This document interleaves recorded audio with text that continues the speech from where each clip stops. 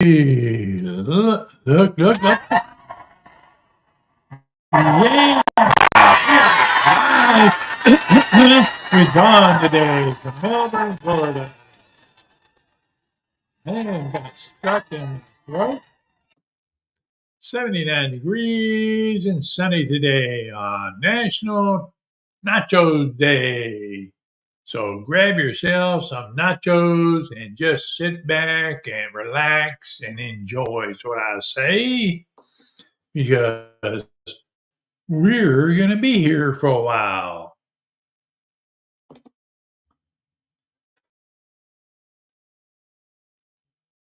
All right. The first thing I want to say is, what are you happy about today? That's the question of the day. Anyway, we're going to sit here on National Nacho Day and talk about nachos. It's an anthem of cheesy, crunchy perfection in every bite. Celebrated on November 6th, this food holiday pays tribute to the ingenious creation of what is nachos. Whether you prefer them piled high with melted cheese and zesty jalapenos or loaded with tangy nachos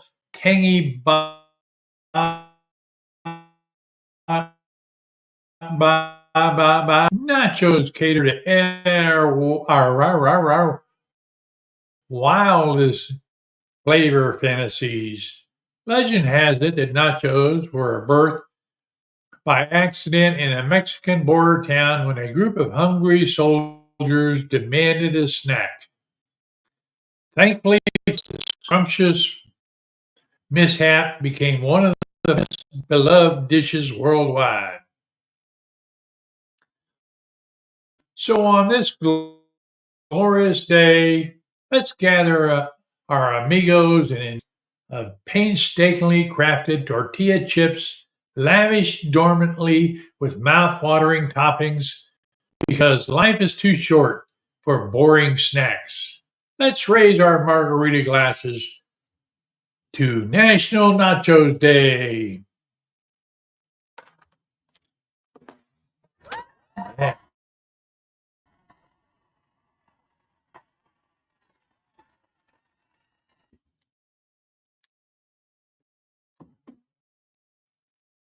Hey, you I want to am here on remember Monday, Wednesday, and Friday at 1200 noon time. So make sure you subscribe so you never miss a show. If you are a Facebook user, follow the instructions in the ticker so your name show in your comments, or put your name in your comments. That way I will know who is there. Yeah, always remember to do that because we Remember to hit the like button and to subscribe to know when I go live. Comments are always welcome. I'm absolutely thrilled to share with you all about the latest updates from the Association of Mindmen. If you haven't already, I highly encourage you to subscribe so you do not miss a show. Make sure to mark your calendars for several upcoming show dates, so don't delay. Join the Association of Mindmen today. Hey, have you guys listened to that new Beatles tune now and then? Well, some people like it, some don't. I'm a Beatles fan myself, and I thought it was pretty good, especially the video put out by the Beatles organization. Hey, because it kind of gives you a whole picture of the thing, how they put it all together, took it apart, put it together. And I hear it looks like it's on track to be number 18. It's the 18th number one for the Beatles. That's an amazing story. Hey? And the fact that they took people that weren't alive and could reproduce them and their voices was totally amazing to me. Now, that's what AI is supposed to be about enjoyment.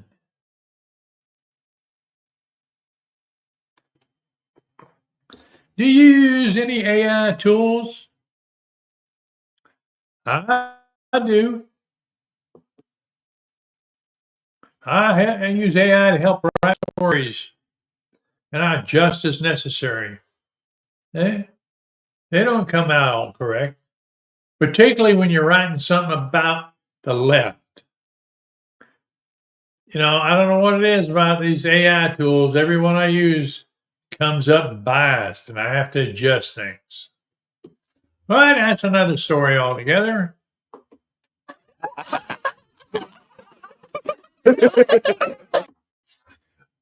Well, I can't get any of my AOM stuff because there's been a change coming up.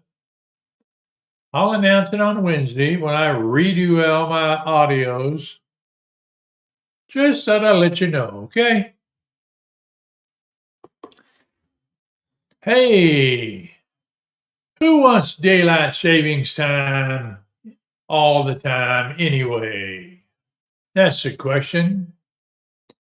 Lawmakers mostly. It appears that we have an ongoing change of clocks and the government prefers darker mornings and brighter evenings.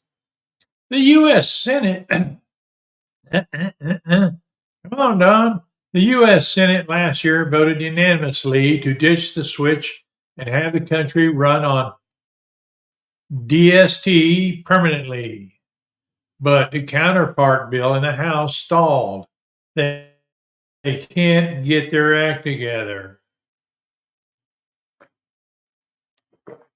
Earlier, Senator Marco Rubio introduced a bill known as the Sunshine Protection Act. Rubio has been a long-time supporter of the measure, claiming that changing the clocks twice a year is stupid.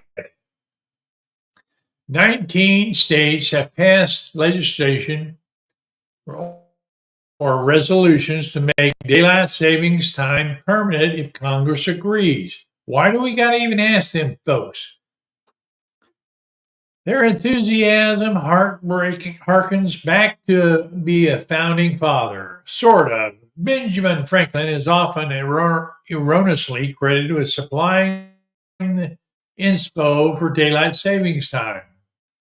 While he never said anything about setting clocks an hour forward every spring, he did satirically advocate the canons to rouse the Parisians' citizenry closer to dawn so the people could save candles courtesy of the bonus of sunlight time in the evening. The real origins are less colorful. The U.S. and other industrial nations instituted daylight savings time during World War I to conserve energy.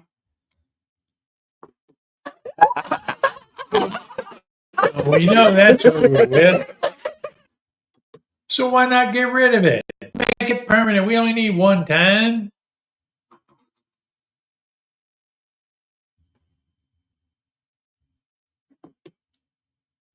Oh, that was the wrong one.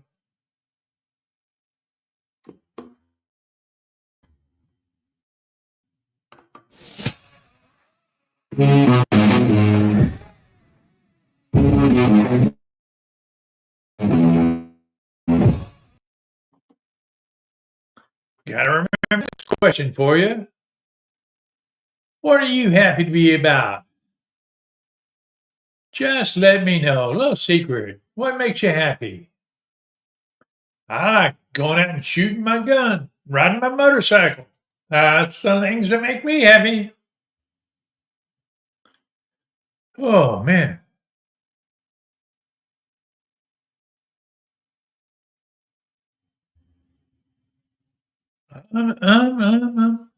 Just checking my things out. Hey, I want you to remember, I like to say thank you to everybody that shows up. I do appreciate each and every one of you, whether you leave a comment or not. Okay? And somebody asked me why I use Streamyard. Well, I tell you what, I use it because it's a simple, easy tool to use, and they're very helpful. I've used support staff several times. Link in the description if you're thinking about doing some live streaming. Hey, capitalism is bad and socialism is good. So why are people not going to Venezuela? If capitalism is bad and socialism is supposedly good, then why are people not flocking to the socialist haven of Venezuela? Perhaps it's because they realize that the promise of equality and prosperity under socialism are nothing but empty rhetoric. The truth is, Venezuela's experiment with socialism has been an utter disaster. The country, once rich with oil reserves, now finds itself in a state of economic collapse and humanitarian crisis. The lack of basic necessities such as food and medicine has forced millions of Venezuelans to flee their homeland in search of better opportunities elsewhere. So, before we start glorifying socialism as a solution to our problems, we should take a long, hard look at the real consequences. Venezuela serves as a stark reminder that noble intentions alone cannot sustain an economy and ensure the well-being of its citizens.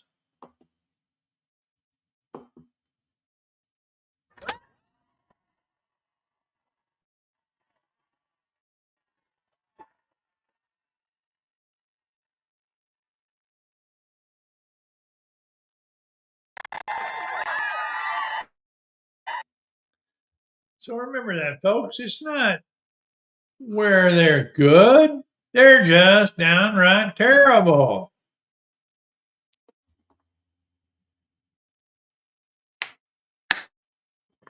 I'm going to take a little music break here.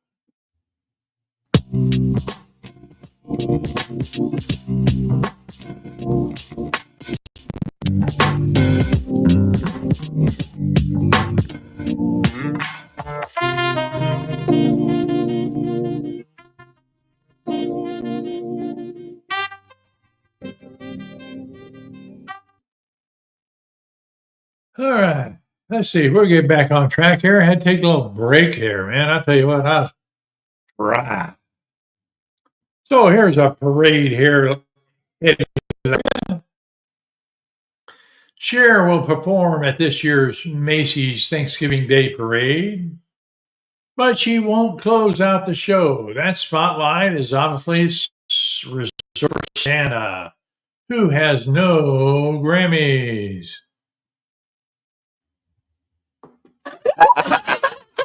That's it. Cher's still in it. Hasn't left.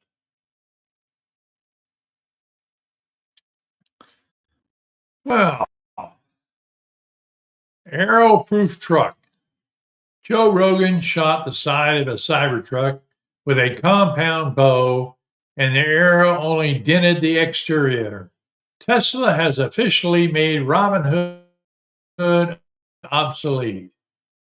You know, who would be shooting a truck with an arrow to begin with? That's what I want to know.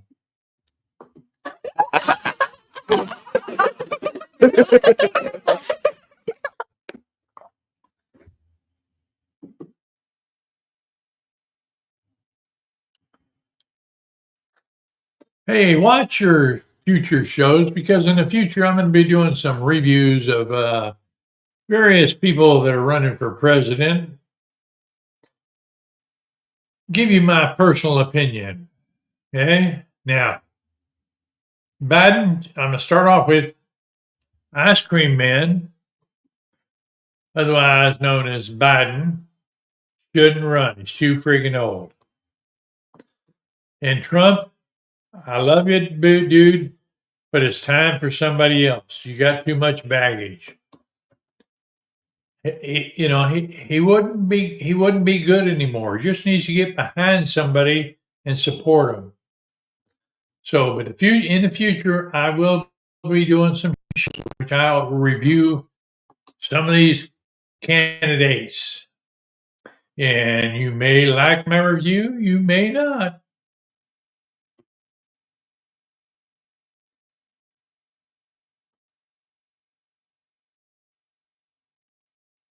Why not? Okay? Hey, you remember, you be good, I'll be good. Be nice to somebody today, okay? Peace. Live long and prosper, Wilson.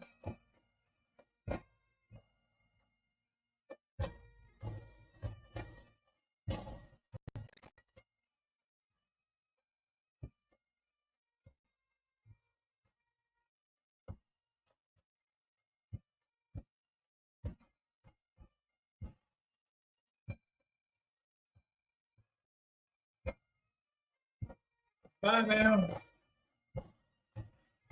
We'll see you on Wednesday.